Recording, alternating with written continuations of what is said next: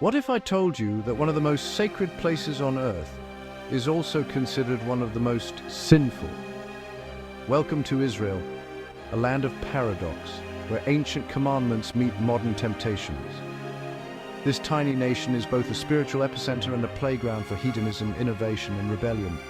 Soldiers order vegan smoothies, ultra-Orthodox families stroll past rainbow murals, and the sacred and profane collide daily.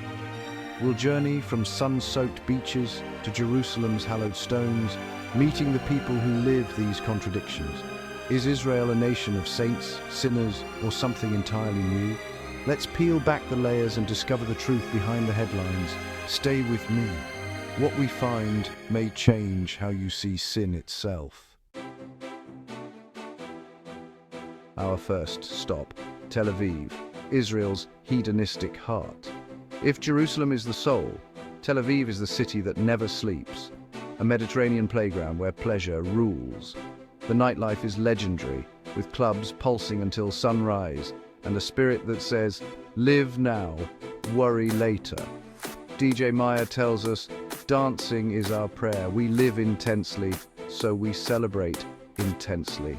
Tel Aviv is also a beacon for LGBTQ+ rights, hosting one of the world's largest pride parades, a radical act of openness in a conservative region. Here you can be anyone you want, and the city's radical acceptance is its proudest sin.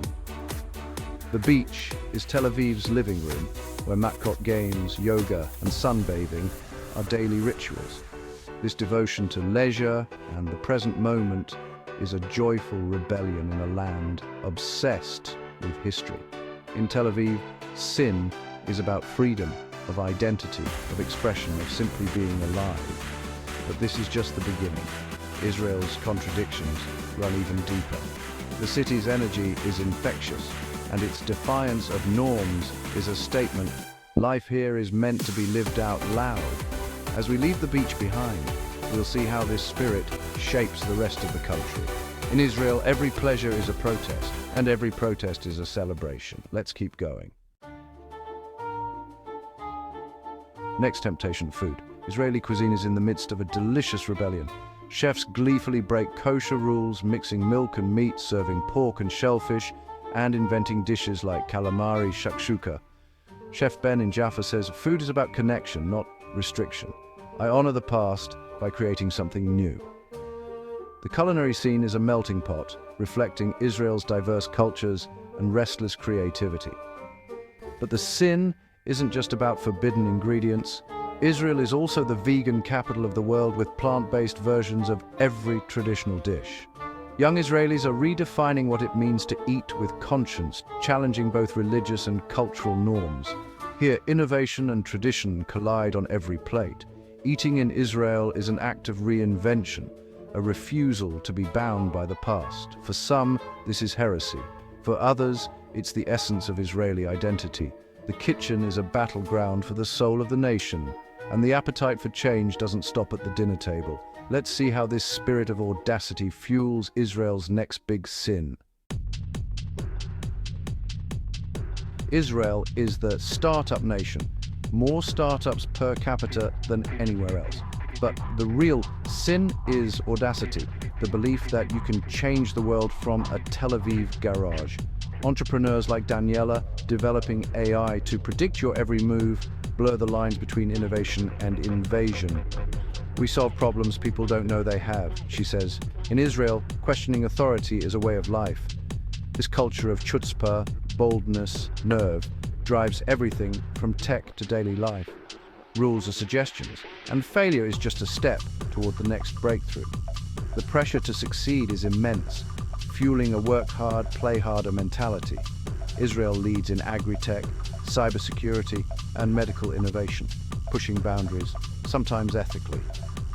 This relentless drive is both a source of pride and a source of tension. The spirit that built the nation is also what keeps it on edge.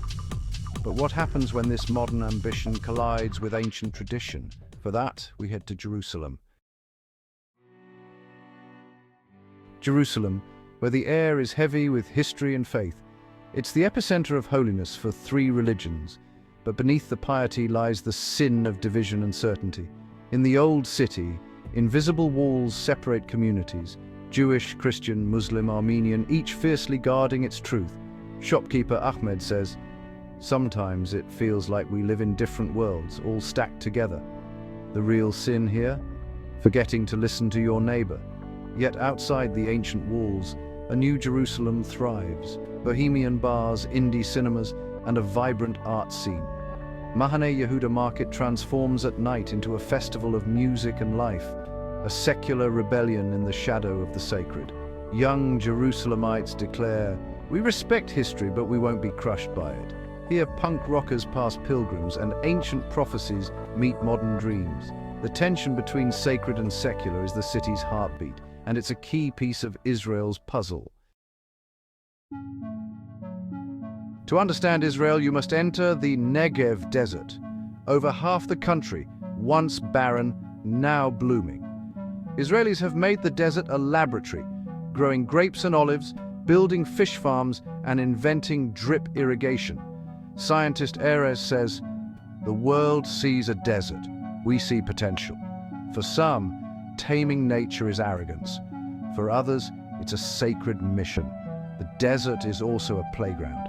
Every year, thousands gather for Midburn, Israel's own Burning Man, celebrating radical freedom and creativity. Here, social norms dissolve and imagination reigns. The desert is a release valve for a society under pressure. But it's also a place of ancient struggle.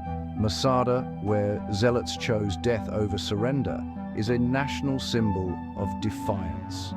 Embracing this tragic history is part of Israel's psyche, a culture shaped by struggle and survival. In the desert, the line between sin and sanctity blurs. It's a place where creation and destruction, freedom and fate are always in tension. And it reveals the wild heart of the nation. Who are the people at the heart of this sinful nation? Not just people of the book, but also of the beach, the startup, and the protest. Israeli society is a mosaic: secular Jews, ultra-Orthodox Haredim, and Arab citizens, each with clashing visions of identity and belonging. The secular majority embraces modernity, the Haredim cling to ancient laws, and the friction between them is a central drama. For some, refusing military service is a sin. For others, breaking Shabbat is. Arab Israelis, 20% of the population, navigate a complex identity, Israeli and Palestinian, contributing to culture but often feeling like outsiders. This diversity is Israel's greatest challenge and strength, fueling endless debate and reinvention. Here everyone has an opinion and no one is silent. The culture of chutzpah, directness and argument, shapes a society that's always questioning itself. In this noisy, passionate nation, identity is never settled. And that brings us to the final twist. Here's the twist. Israel's greatest sin isn't indulgence or rebellion, it's apathy. In a land this intense, the only unforgivable act is indifference.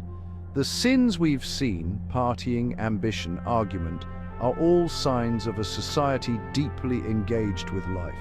The Hebrew word for sin, chet, means to miss the mark. In Israel, the real failure is not living up to your potential. Every act of defiance, every argument, every innovation is an attempt to hit the mark, to matter. The sin isn't dancing until dawn, it's staying home and feeling nothing. The sin isn't building a controversial startup, it's letting your ideas die. This reframes everything. Israel is terrified of indifference. Here, passion is sacred and action is a duty. The chaos, the noise, the contradictions, they're all signs of a nation wrestling with existence itself. In the end, that struggle may be the most sacred thing of all, and it's what makes Israel unforgettable. So, is Israel the world's most sinful nation? Maybe. If sin means living passionately, challenging everything, and refusing to be indifferent. We found a place that defies every label, where sin is just another word for life lived at full volume. Israel's story is still being written every day by people who care deeply. If this journey moved you, subscribe and join our community of explorers. Help us keep telling stories that challenge and inspire. Don't be apathetic. Don't miss the mark. Click subscribe and let's see where the journey takes us next. Your adventure is just beginning.